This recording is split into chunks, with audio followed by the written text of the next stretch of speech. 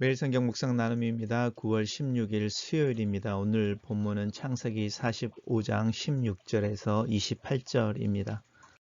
어제 묵상의 본문에서 이어지는 내용입니다. 읽겠습니다. 요셉의 형제들이 왔다는 소문이 바로의 궁에 들림에 바로와 그의 신하들이 기뻐하고 바로는 요셉에게 이르되 내 형들에게 명령하기를 너희는 이렇게 하여 너희 양식을 싣고 가서 가나안 땅에 이르거든 너희 아버지와 너희 가족을 이끌고 내게로 오라. 내가 너희에게 애굽의 좋은 땅을 주리니 너희가 나라에 기름진 것을 먹으리라. 이제 명령을 받았으니 이렇게 하라. 너희는 애굽 땅에서 수레를 가져다가 너희 자녀와 아내를 태우고 너희 아버지를 모셔오라. 또 너희의 기구를 아끼지 말라. 온 애굽 땅에 좋은 것이 너희 것임이니라. 이스라엘의 아들들이 그대로 할세 요셉이 바로의 명령대로 그들에게 수레를 주고 길 양식을 주며 또 그들에게 다 각기 옷 한 벌씩을 주되 베냐민에게는 은 300과 옷 5벌을 주고 그가 또 이와 같이 그 아버지에게 보내되 순하기 10필에 애굽의 아름다운 물품을 실리고 암나기 10필에는 아버지에게 길에서 드릴 곡식과 떡과 양식을 실리고 이에 형들을 돌려보내며 그들에게 이르되 당신들은 길에서 다투지 말라 하였더라.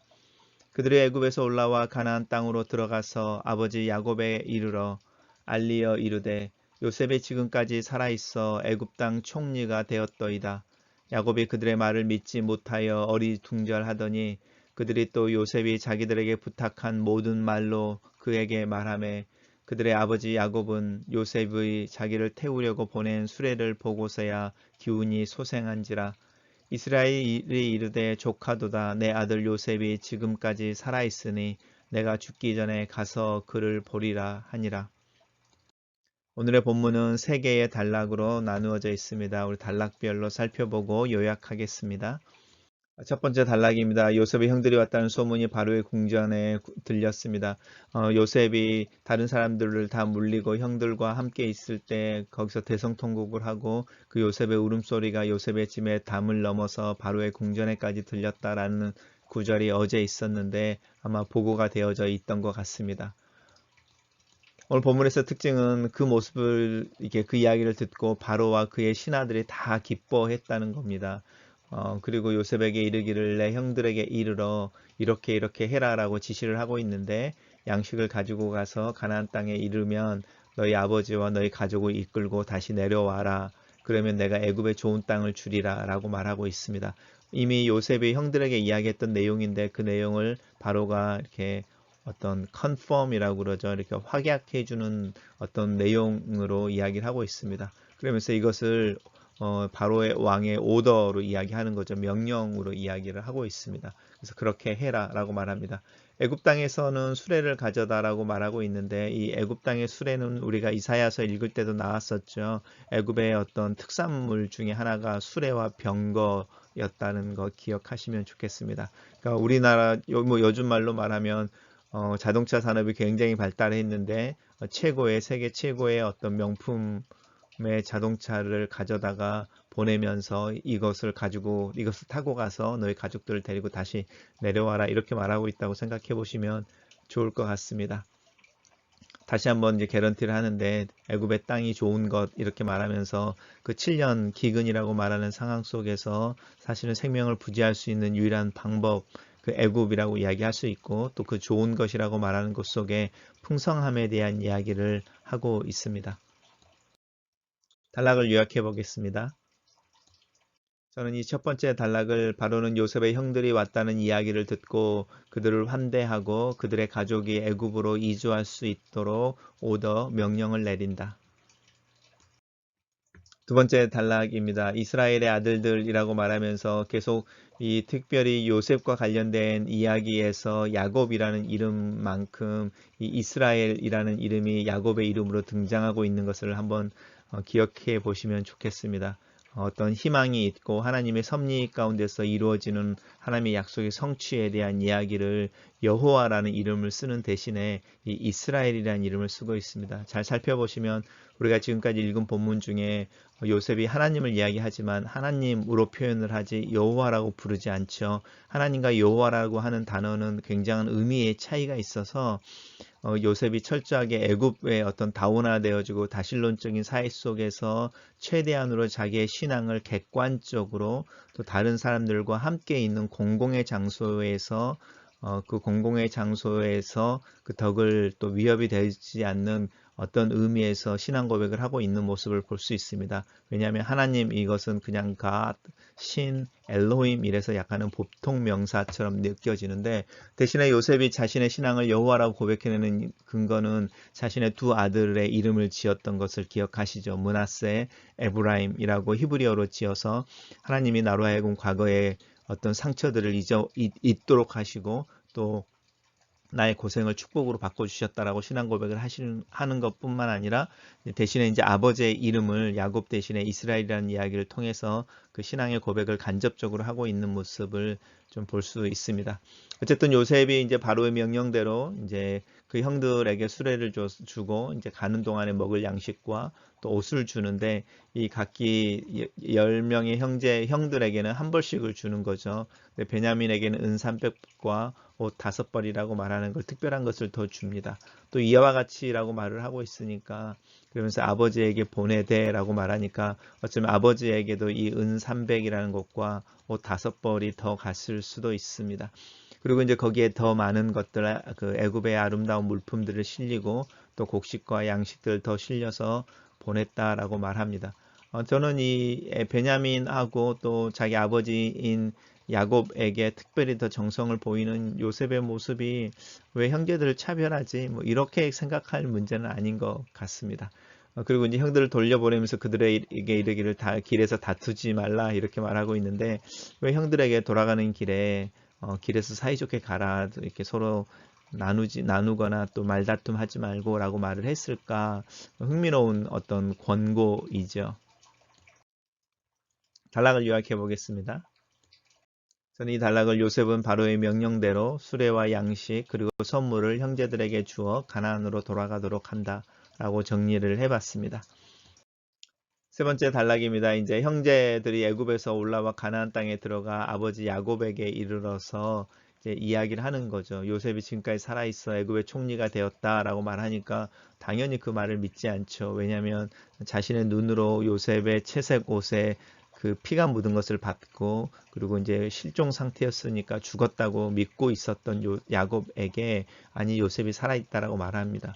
근데 이제 이렇게 말을 할 때 형들의 마음이나 표정은 어땠을까? 저는 사실은 여기서 궁금한데 형들은 자신들이 요셉에게 했던 일들을 아버지인 야곱에게 말을 했을까?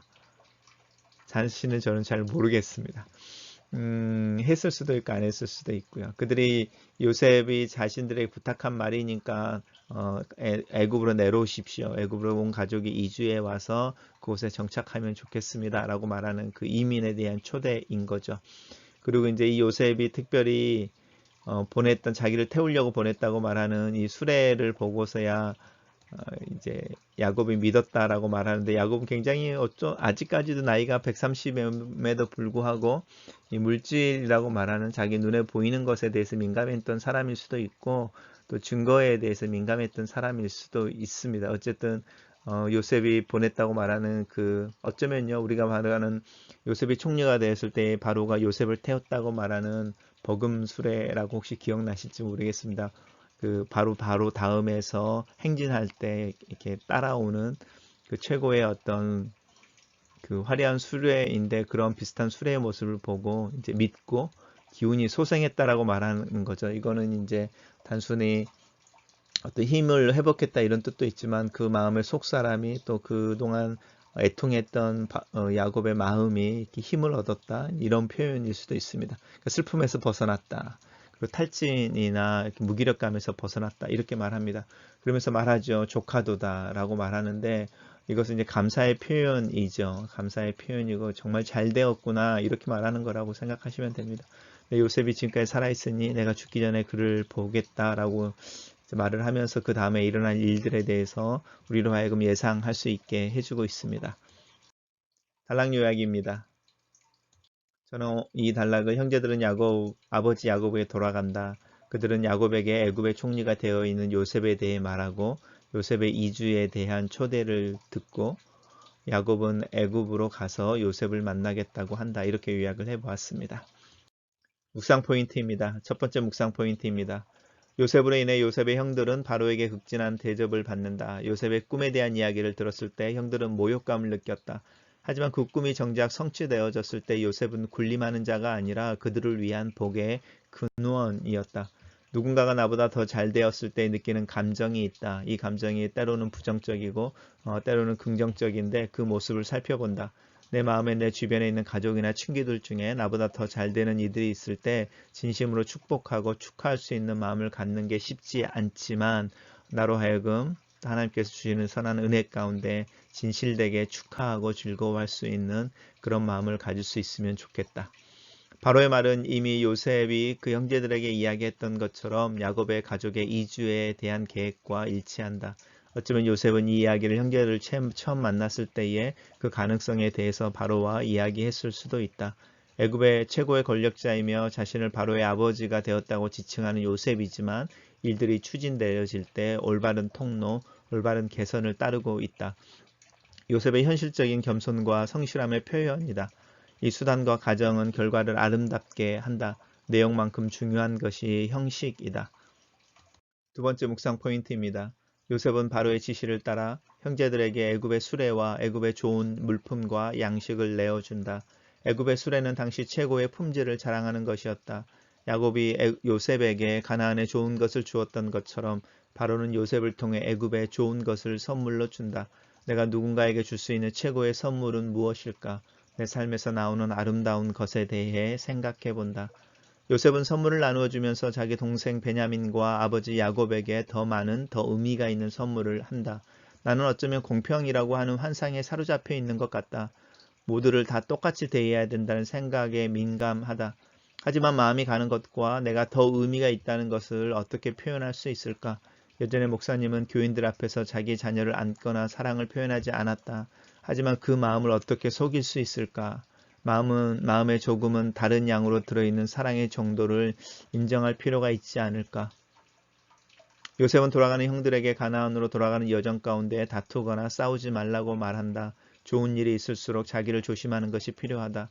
가나안 돌아가는 형제들의 마음은 어땠을까? 이제 자신들이 팔았던 동생의 보호 아래 살아야 한다는 그 생각, 요셉이 먼저 용서와 화해에 입맞춤을 해왔지만 사람의 마음을 어떻게 알 수 있을까? 단순히 다투지 말라는 이야기가 아니라 요셉은 어쩌면 그 길에서 자신과 관련된 이야기 또 그 이야기를 하며 서로가 서로를 향해 잘잘못을 가르기 위해 다투지 말라고 말하고 있는 것은 아닐까. 진심은 진심으로 받아야 하는 법이다. 세 번째 묵상 포인트입니다. 20년이 넘도록 요셉이 죽은 줄 알고 있었던 그리고 자신을 탓하고 있었던 야곱은 요셉이 살아있을 뿐만 아니라 애굽의 총리가 되어 있다는 소식을 도저히 믿을 수가 없었다. 자신의 기대와 상황과는 전혀 다른 이야기를 듣는 것이 복음이다. 이 복음을 쉽게 믿어지지 않는 것이다. 내가 보고 경험하기 전에 듣고 믿어야 한다는 것은 참 어려운 일이다. 야곱은 자신 눈앞에 있는 요셉의 선물과 베냐민의 귀환을 보고 또 자신을 태워가기 위해 요셉이 보냈던 애굽의 특별한 수레 가마를 보고 야곱은 아들들의 요셉에 대한 이야기를 믿는다. 때로는 믿음을 위해 눈에 보이고 만져지는 증거가 필요하다. 나는 누군가에게 요셉의 수레로 그 사람 앞에 설 수 있을까? 하나님과 그의 사랑을 이해할 수 없는 사람들에게 요셉의 수레처럼 증거가 되고 하나님께서 나를 그렇게 사용하시고 보내시기를 기도한다. 글로 쓰는 기도입니다. 야곱의 놀람과 기쁨을 상상해 봅니다. 요셉이 형제들 앞에 울었던 것처럼 야곱도 그 아들들 앞에서 울었을 것만 같습니다. 하나님 앞에서 나도 듣고 싶은 소식이 있습니다. 죽어버렸다고 20년이 넘도록 체험하고 있지만 마음 한구석에 하나님을 향하여 항상 생겨나는 소망이 있습니다. 스스로 그 소망이 허망한 환상이라고 책망하고 입 밖으로 내지 않지만 꿈에서라도 이루어지기를 원하는 것이 있습니다. 내 마음을 아시는 하나님께서 긍휼을 베풀어 주시기를 기도합니다. 요셉을 먼저 애굽에 보내어 이 모든 것을 준비하게 하신 하나님께서 나를 통해 행하실 일을 기대합니다. 나와 내 가정, 섬기는 교회가 하나님의 섭리 안에 있음을 고백합니다. 하나님 일하시옵소서. 내 안에서 일하시옵소서. 내 가정과 가정을 통해 일하시옵소서. 교회를 든든하게 세우시고 하나님을 살아계심을 드러내는 요셉의 수레가 같은 그런 교회가 되게 하소서. 하나님을 향하여 잠잠히 서 있습니다. 오늘 하루 또한 하나님이 일하시는 시간임을 믿습니다. 그래서 나 또한 오늘 하루를 최선으로 살기를 원합니다. 오늘 하루 내가 누군가에게 화해와 위로가 되고 누군가에게는 도전과 격려가 되게 하소서. 아멘.